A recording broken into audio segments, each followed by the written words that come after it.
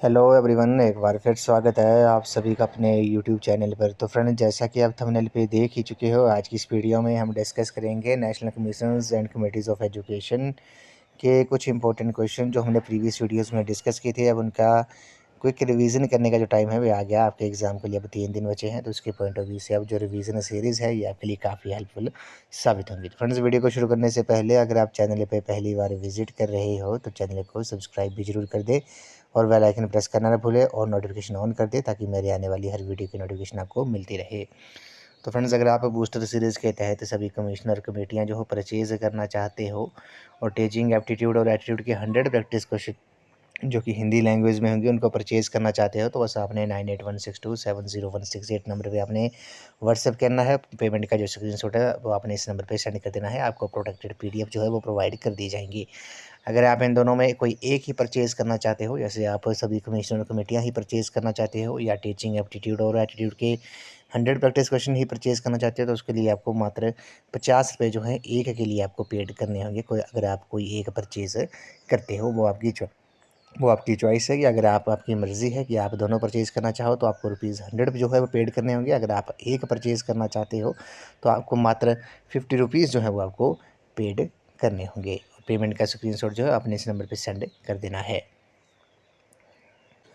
तो फ्रेंड्स, अगर आप एचपीयू बी एड एंट्रांस की तैयारी कर रहे हो तो इसके लिए मैंने एक अलग से प्लेलिस्ट बनाई है जिसका जो लिंक है वो मैंने डिस्क्रिप्शन बॉक्स में दे दिया है। आप वहां पर जाकर वीडियोस देख सकते हो। वहां पर आपको सभी सेक्शंस की वीडियोस आपको देखने को मिलेंगी। तो फ्रेंड्स, वीडियो को शुरू करते हैं। सबसे पहले क्वेश्चन है, ये क्वेश्चन जो था वो एचपीयू बी एड एंट्रांस 2017 के एग्जाम में ये क्वेश्चन आए थे कमीशन एंड कमेटीज़ के।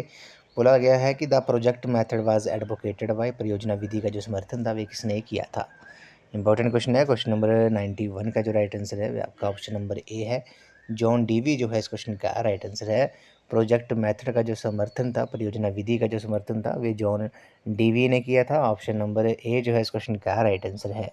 और प्रोजेक्ट मेथड को पॉपुलर जो था, प्रसिद्ध जो था, वो किसने किया था, WH किल पैट्रिक ने किया था। ये भी आपसे एग्जाम में पूछ सकते हैं कि प्रोजेक्ट मेथड को पॉपुलर किसने किया था, तो वो WH किल पैट्रिक ने किया था। ये आपने नोट कर लेना है। ये क्वेश्चन जो है एग्जाम में पूछ सकते हैं कि प्रोजेक्ट मेथड को पॉपुलर जो था वो पॉपुलराइज्ड किसने किया था, वो WH किल पैट्रिक ने किया था। समर्थन जो था वो जॉन डीवी ने किया था। ऑप्शन नंबर ए इस क्वेश्चन का करेक्ट आंसर हो जाएगा। नेक्स्ट क्वेश्चन पे चलते हैं। बोला गया द टर्म नाइपा रेफर्स टू, तो नाइपा की जो फुल फॉर्म है भी आपने बतानी है। नाइपा शब्द से अभिप्राय है। तो क्वेश्चन नंबर 92 का जो राइट आंसर होगा अभी आपका ऑप्शन नंबर ए हो जाएगा। National institute of educational planning and administration जो है इस क्वेश्चन का राइट आंसर है। नाइपा की जो फुल फॉर्म है वे national institute of educational planning and administration है। ऑप्शन नंबर ए जो है इस क्वेश्चन का करेक्ट आंसर हो जाएगा। अगले प्रश्न में चलते हैं। बोला गया कि Kothari commission was appointed in, तो कोठारी आयोग की जो नियुक्ति थी वे की गई थी, किस वर्ष की गई थी। काफ़ी इंपॉर्टेंट क्वेश्चन है। तो कोठारी कमीशन की जो नियुक्ति थी वे 1964 को की गई थी। 1966 को इसने जो थी रिपोर्ट सबमिट की थी। ऑप्शन नंबर डी जो है इस क्वेश्चन का राइट आंसर है। कोठारी कमीशन की, कोठारी आयोग के जो अध्यक्ष थे, चेयरमैन जो थे वो डी एस कोठारी थे, दौलत सिंह कोठारी थे। ये आपने याद रखना है। इसे इंडियन एजुकेशन कमीशन के नाम से भी जाना जाता है। भारतीय शिक्षा आयोग के नाम से भी इसे कोठारी कमीशन को जाना जाता है। अगले प्रश्न में चलते हैं। Education commission that was appointed after independence is called, आज़ादी के पश्चात नियुक्त किया गया शिक्षा आयोग जो है उसे क्या कहा जाता है। तो क्वेश्चन नंबर 94 का जो राइट आंसर होगा वो आपका ऑप्शन नंबर बी हो जाएगा। उसे विश्वविद्यालय शिक्षा आयोग जो है वो कहा जाता है। ऑप्शन बी इस क्वेश्चन का राइट आंसर है। और इसे राधा कृष्णन आयोग भी कहा जाता है। ये भी आपने याद रखना है। यूनिवर्सिटी एजुकेशन कमीशन के जो अध्यक्ष थे वे डॉक्टर सर्वपल्ली राधाकृष्णन थे, जो कि भारत के दूसरे उपराष्ट्रपति थे और दूसरे पहले उपराष्ट्रपति थे और दूसरे ये राष्ट्रपति थे। ये भी आपने याद रखना है। तो यूनिवर्सिटी एजुकेशन कमीशन को और किस नाम से जाना जाता है, इसे राधा कृष्णन कमीशन के नाम से जाना जाता है, राधा कृष्णन आयोग के नाम से जाना जाता है। ये भी आपने याद रखना है। आज़ादी के पश्चात किया गया ये एजुकेशन कमीशन था। ये भी आपने नोट कर लेना है। नेक्स्ट क्वेश्चन में चलते हैं। Lord Macaulay was in favour of. तो लॉर्ड मैकॉले जो थे वो किसके हक में थे, ये क्वेश्चन हमने कई बार डिस्कस किया है। तो लॉर्ड मैकॉले जो थे वो अंग्रेजी माध्यम द्वारा शिक्षा के हक में थे, फेवर में थे। ऑप्शन नंबर बी जो है इस क्वेश्चन का राइट आंसर है। Lord Macaulay was in favour of education through English medium. Option B इस क्वेश्चन का करेक्ट आंसर है। अगले प्रश्न में चलते हैं। Mudaliar commission was appointed in. तो मुदालियर आयोग की जो नियुक्ति थी वे किस वर्ष की गई थी। तो मुदालियर आयोग को आपको पता है इसे सेकेंडरी एजुकेशन कमीशन के नाम से भी जाना जाता है, माध्यमिक शिक्षा आयोग के नाम से भी इसे जाना जाता है मुदालियर आयोग को। तो क्वेश्चन नंबर 96 का जो राइट आंसर होगा अभी आपका ऑप्शन नंबर ए हो जाएगा। 1952-53 में जो थी वो इसकी नियुक्ति की गई थी। ऑप्शन नंबर ए जो है इस क्वेश्चन का राइट आंसर है। मुदालियर कमीशन जो था उसकी नियुक्ति 1952 में की गई थी। इसे सेकेंडरी एजुकेशन कमीशन के नाम से जाना जाता है, माध्यमिक शिक्षा आयोग के नाम से भी जाना जाता है। नेक्स्ट क्वेश्चन में चलते हैं। किसी संस्था का शिक्षा पर सबसे अधिक नियंत्रण होता है। विच institution has maximum control over education. तो इस क्वेश्चन का जो राइट आंसर होगा अभी आपका ऑप्शन नंबर बी हो जाएगा। राज्य जो है इस क्वेश्चन का राइट आंसर है। राज्य का शिक्षा पर सबसे अधिक नियंत्रण होता है, मैक्सिमम कंट्रोल होता है एजुकेशन के ऊपर स्टेट का। ऑप्शन नंबर बी जो है इस क्वेश्चन का राइट आंसर है। क्वेश्चन नंबर 98 पे चलते हैं। बोला गया कि actual name of Kothari commission is. तो कोठारी आयोग का जो असली नाम है वे क्या है। तो कोठारी आयोग का जो असली नाम है वे एजुकेशन कमीशन है। क्वेश्चन हमने पहले भी डिस्कस किया था। 1964 में ये अपॉइंट किया गया था। 1966 में इसने जो थी वो रिपोर्ट सबमिट की थी। दौलत सिंह कोठारी जो थे वो इसके अध्यक्ष थे इस कमीशन के, ये भी आपने याद रखना है। तो actual name of Kothari commission is education commission. Option number ए इस क्वेश्चन का राइट आंसर है। नेक्स्ट क्वेश्चन पे चलते हैं। The report of Wardha scheme was published. तो वर्धा योजना की जो रिपोर्ट थी वे प्रकाशित हुई थी, कब हुई थी। क्वेश्चन नंबर 99 का जो राइट आंसर है आपका ऑप्शन नंबर सी है। 1938 में वर्धा स्कीम की जो रिपोर्ट थी वे प्रकाशित हुई थी, पब्लिश हुई थी। ऑप्शन सी इस क्वेश्चन का राइट आंसर है। क्वेश्चन नंबर 100 पे चलते हैं। The university created by Sandler commission is. तो सैंडलर आयोग द्वारा गठित किया गया जो विश्वविद्यालय है वे कौन सा है। क्वेश्चन नंबर 100 का जो राइट आंसर है वे आपका ऑप्शन नंबर ए है। आगरा यूनिवर्सिटी जो है इस क्वेश्चन का राइट आंसर है। सैंडलर आयोग की जो नियुक्ति थी वे कब हुई थी। 1917 में हुई थी। इसे कलकत्ता यूनिवर्सिटी एजुकेशन कमीशन के नाम से भी जाना जाता है। कलकत्ता विश्वविद्यालय आयोग के नाम से भी सैंडलर आयोग को जाना जाता है। नेक्स्ट क्वेश्चन पे चलते हैं। क्वेश्चन 101 में बोला गया कि the major principle of basic education is. तो प्रारंभिक शिक्षा का जो मुख्य सिद्धांत है वे क्या है। तो मेजर प्रिंसिपल जो है बेसिक एजुकेशन का वे क्या है। क्वेश्चन नंबर 101 का जो राइट आंसर है वे आपका ऑप्शन नंबर सी हो जाएगा। लर्निंग थ्रू एक्टिविटी, क्रियाकलाप द्वारा सीखना जो है इस क्वेश्चन का राइट आंसर है। क्वेश्चन 102 पे चलते हैं। NCT national council of teacher education की जो स्थापना थी वे कब की गई थी। क्वेश्चन जो है कई बार हमने डिस्कस किया है। क्वेश्चन नंबर 102 का जो राइट आंसर होगा अभी आपका ऑप्शन नंबर बी हो जाएगा। NCT की जो स्थापना थी वे कब हुई थी, वे 1995 में हुई थी। ऑप्शन बी इस क्वेश्चन का राइट आंसर है। NCT की फुल फॉर्म क्या है, national council of teacher education, national council for teacher education, ये आपने याद रखना है। और NCERT की जो स्थापना थी वे कब हुई थी। NCERT की जो स्थापना थी वे 1961 में हुई थी। 1 सितंबर 1961 को हुई थी, ये भी आपने याद रखना है। इसका मुख्यालय जो है वो नई दिल्ली में है। अगले प्रश्न में चलते हैं। The major contribution of secondary education commission is. तो माध्यमिक शिक्षा आयोग का जो मुख्य योगदान है वे क्या है। तो क्वेश्चन नंबर 103 का जो राइट आंसर है आपका ऑप्शन नंबर ए हो जाएगा। शिक्षा का व्यवसायीकरण जो है, वोकलाइजेशन ऑफ एजुकेशन जो है इस क्वेश्चन का राइट आंसर है। माध्यमिक शिक्षा आयोग सेकेंडरी एजुकेशन कमीशन को मुदालिर कमीशन के नाम से भी जाना जाता है, ये भी आपने याद रखना है। अगले प्रश्न पे चलते हैं। बोला गया कि ऑपरेशन ब्लैक बोर्ड मीन्स। तो ऑपरेशन ब्लैक बोर्ड से अभिप्राय है। तो ऑपरेशन ब्लैक बोर्ड का जो मतलब है वे क्या है। कौन से। क्वेश्चन नंबर 104 का जो राइट आंसर है वे आपका ऑप्शन नंबर ए हो जाएगा। विद्यार्थियों की न्यूनतम आवश्यकताओं को पूरा करना जो था वो ऑपरेशन ब्लैक बोर्ड का मेन मोटिव था। Fulfilling minimum needs of students. Option number ए इस क्वेश्चन का करेक्ट आंसर है। क्वेश्चन नंबर 105 पे चलते हैं। Government of India establish university grant commission हो। तो भारत सरकार ने विश्वविद्यालय शिक्षा आयोग की स्थापना जो थी वो की गई थी। तो क्वेश्चन नंबर 105 का जो राइट आंसर है वो आपका ऑप्शन नंबर डी हो जाएगा। 18 जुलाई 1949 को। कब 18 जुलाई 18 जुलाई 1949 को जो थी, इस क्वेश्चन का राइट आंसर हो जाएगा। तो फ्रेंड्स, इसमें आपने एक बात याद रखनी है, इसमें जो है वो यूनिवर्सिटी ग्रांट कमीशन जो है वो इंग्लिश में बोला गया है, यहाँ पे थोड़ा मिसप्रिंट है, और हिंदी में जो है वो विश्वविद्यालय शिक्षा आयोग।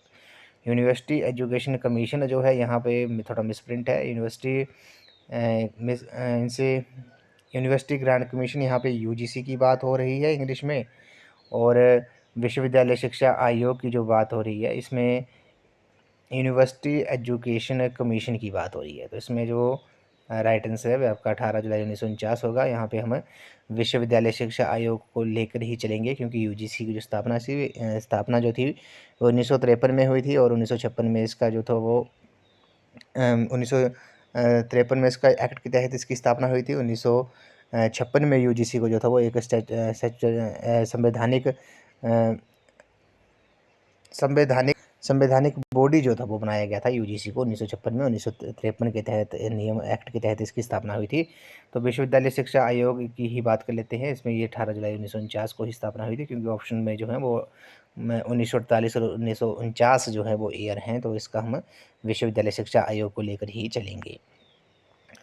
क्वेश्चन नंबर 106 पे चलते हैं। विच out of the following is the function of NCERT. तो राष्ट्रीय शैक्षिक अनुसंधान एवं प्रशिक्षण परिषद का निम्नलिखित में से कौन सा कार्य है। एनसीईआरटी का जो फंक्शन है, वे काम है, वे क्या है। तो क्वेश्चन नंबर 106 का जो राइट आंसर होगा अभी आपका ऑप्शन नंबर ए हो जाएगा। राष्ट्रीय पाठ्यचर्चा रूपरेखा को क्रियान्वित करना, implementation of national curriculum framework जो है वो आपका एनसीईआरटी का फंक्शन है। क्वेश्चन 107 पे चलते हैं। Hartog committee report emphasised the national importance of which type of education. तो हार्टोग आयोग ने किस प्रकार की शिक्षा के राष्ट्रीय महत्व पर जो था वो बल दिया था। क्वेश्चन नंबर 107 का जो राइट आंसर है आपका ऑप्शन नंबर ए है। प्राथमिक शिक्षा जो है इस क्वेश्चन का राइट आंसर है। हार्टोग कमेटी जो थी वो कब आई थी, 1929 में आई थी, ये भी आपने नोट कर लेना है। अगले प्रश्न में चलते हैं। The headquarters of NCTE. तो एनसीटीई का जो मुख्यालय है वे कहाँ पर है। National council for teacher education. NCTE का जो हेडक्वार्टर है वे कहाँ पर है। 108 का जो राइट आंसर है आपका ऑप्शन नंबर सी है, न्यू दिल्ली जो है इस क्वेश्चन का राइट आंसर है। क्वेश्चन 109 पे चलते हैं। Sandler commission was appointed on. तो सैंडलर आयोग की जो नियुक्ति थी वे किस वर्ष की गई थी। ये क्वेश्चन भी कई बार हमने डिस्कस किया है। इसे माध्यमिक शिक्षा आयोग, सेकेंडरी एजुकेशन कमीशन के नाम से भी जाना जाता है। क्वेश्चन नंबर 109 का जो राइट आंसर होगा अभी आपका ऑप्शन नंबर सी हो जाएगा। 14 सितंबर 1917 को सैंडलर कमीशन की जो थी वो नियुक्ति की गई थी। क्वेश्चन नंबर 110 पे चलते हैं। राष्ट्रीय शिक्षा नीति की दूसरी समीक्षा प्रस्तुत की गई थी। The second review of national policy of education NPE was presented. तो राष्ट्रीय शिक्षा नीति की जो दूसरी समीक्षा प्रस्तुत थी वो कब की गई थी। वे 1992 में की गई थी, 1992 में। ऑप्शन सी इस क्वेश्चन का करेक्ट आंसर है। नेक्स्ट क्वेश्चन में चलते हैं। इसमें बोला गया कि when was the national adult education programme NAP launched. तो राष्ट्रीय वयस्क शिक्षा कार्यक्रम जो था वो कब शुरू किया गया था। तो आपने पहले तो एनएपी की फुल फॉर्म याद रखनी है, नेशनल एडल्ट एजुकेशन प्रोग्राम। तो इसको कब शुरू किया गया था इस प्रोग्राम को। तो क्वेश्चन नंबर 91 का जो राइट आंसर है वह आपका ऑप्शन नंबर सी हो जाएगा। 1978 जो है इस क्वेश्चन का राइट आंसर है। नेक्स्ट क्वेश्चन में चलते हैं। बोला गया है कि Tarachand committee provided recommendation on. तो ताराचंद समिति ने सिफारिशें दी थी, तो कौन सी सिफारिशें दी थी। क्वेश्चन नंबर 92 का जो राइट आंसर होगा अभी आपका ऑप्शन नंबर डी हो जाएगा। माध्यमिक शिक्षा सेकेंडरी एजुकेशन की जो थी वो इन्होंने ताराचंद कमेटी ने जो थी वो सिफारिशें दी थी। क्वेश्चन नंबर 93 पे चलते हैं। Inclusive education refers to. तो समावेशी शिक्षा से आशय है। तो समावेशी शिक्षा का मतलब जो होता है वे क्या होता है।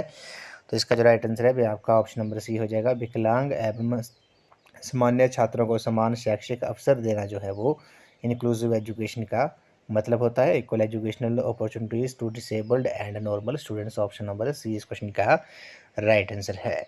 क्वेश्चन नंबर 94 पे चलते हैं। Equalisation of educational opportunity is provided in dash of the Indian constitution. तो भारतीय संविधान के किस अनुच्छेद में शैक्षिक अवसर का समानीकरण प्रदान किया जाता है। ये क्वेश्चन भी काफ़ी इंपॉर्टेंट है। तो अनुच्छेद 45 के तहत, आर्टिकल 45 के तहत, भारतीय संविधान के अनुच्छेद 45 के तहत शैक्षिक अवसर का समानीकरण जो है वो प्रदान किया जाता है।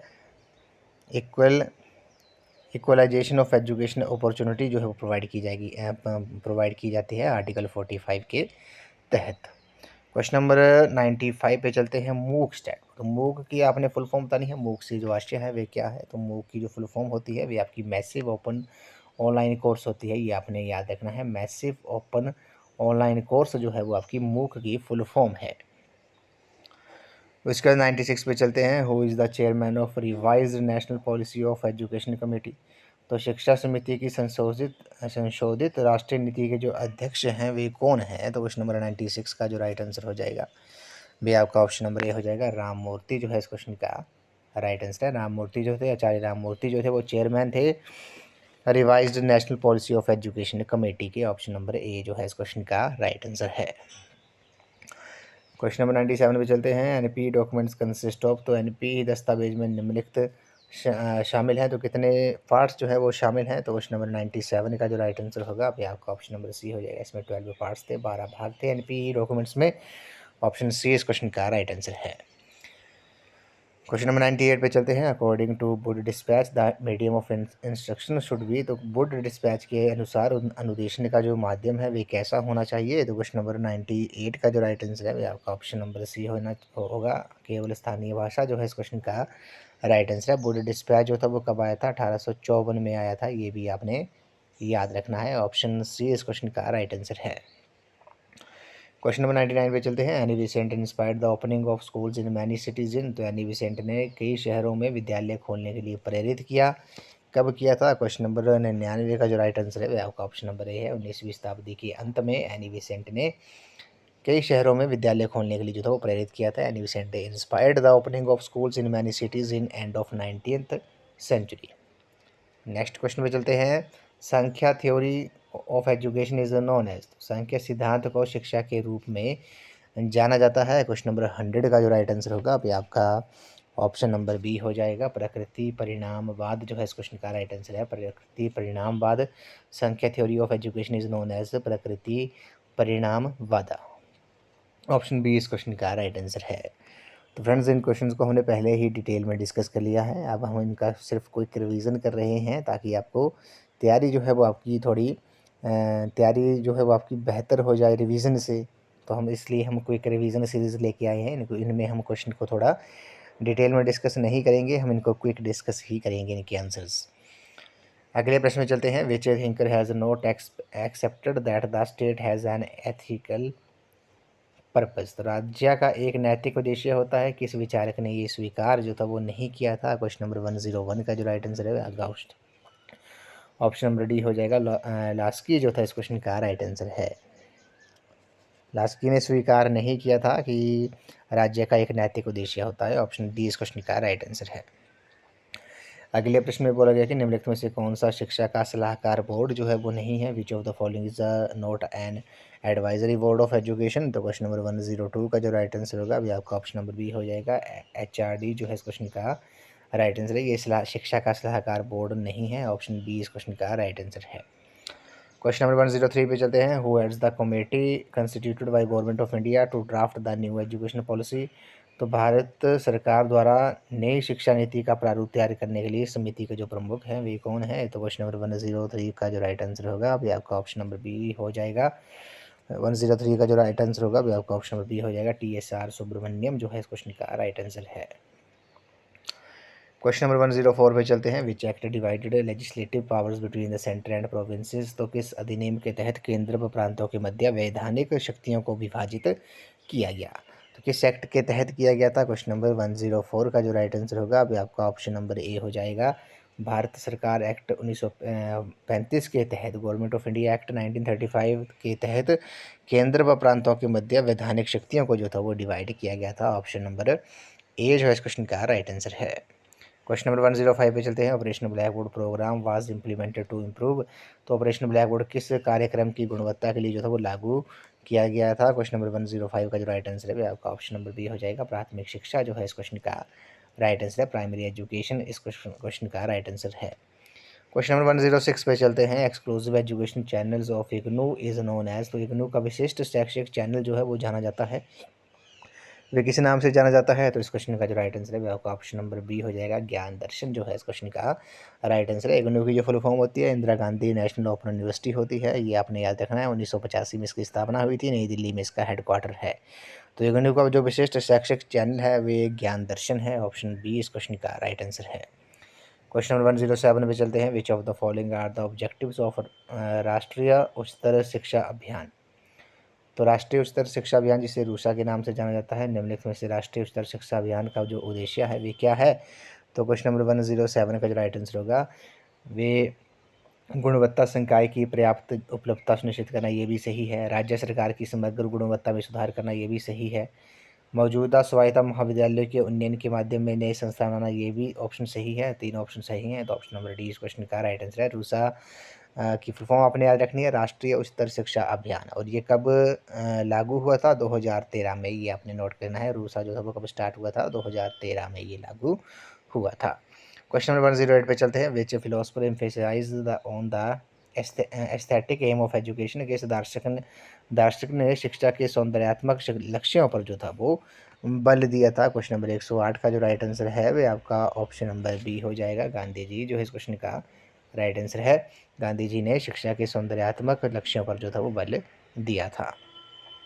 क्वेश्चन नंबर 109 पे चलते हैं। Education falls under the? तो शिक्षा निम्न के अंतर्गत आती है। तो शिक्षा जो है वो आपको पता है ये समवर्ती सूची के अंतर्गत आती है। ऑप्शन ए इस क्वेश्चन का राइट आंसर है, education falls under the concurrent list.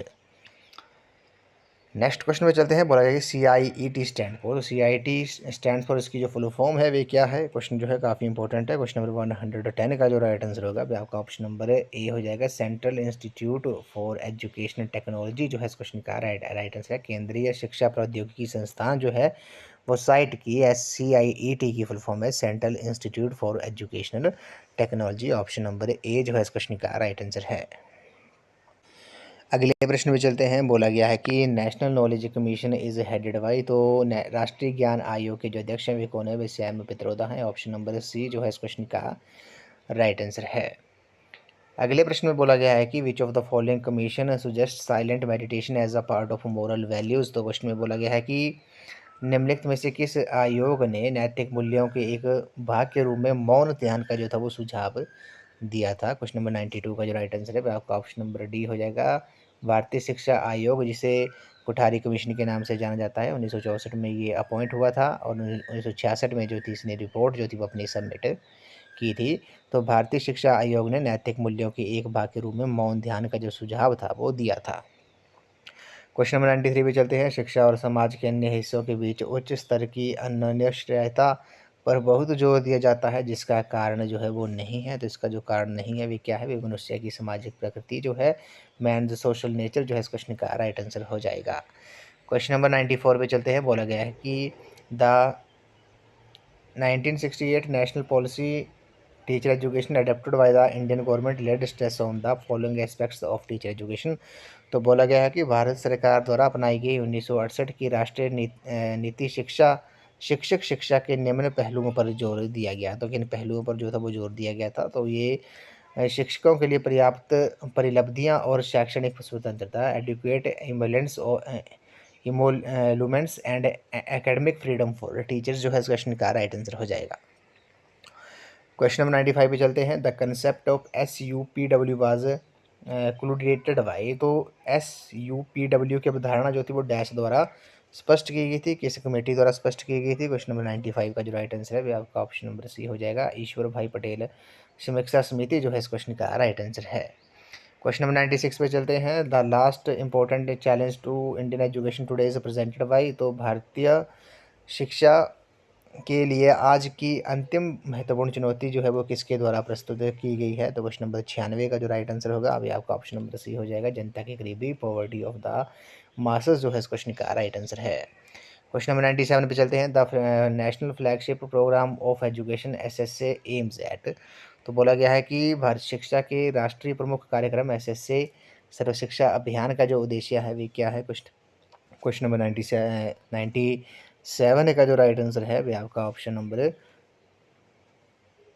सी हो जाएगा, माध्यमिक शिक्षा का सार्वभौमिकरण जो है इस क्वेश्चन का राइट आंसर है।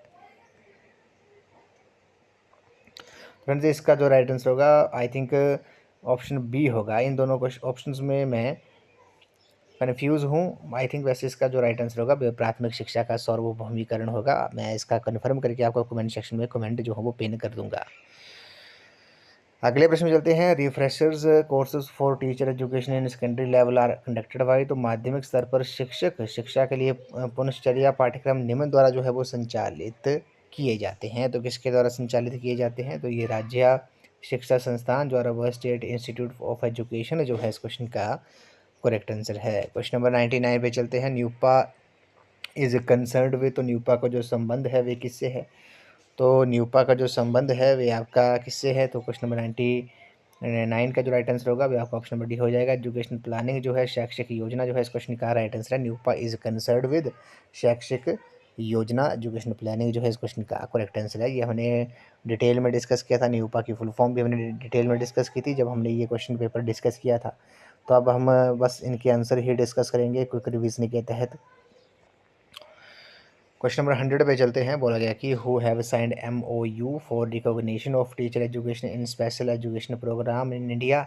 तो भारत में विशेष शिक्षा कार्यक्रम में शिक्षक शिक्षा की मान्यता के लिए किसने समझौते ज्ञापन पर जो थे वो हस्ताक्षर किए हैं? तो क्वेश्चन नंबर 100 का जो राइट आंसर है आपका ऑप्शन नंबर सी है। RCI और NCT ने जो है वो भारत में विशेष शिक्षा कार्यक्रम में शिक्षा की मान्यता के लिए समझौते ज्ञापन पर जो थे वो हस्ताक्षर किए थे।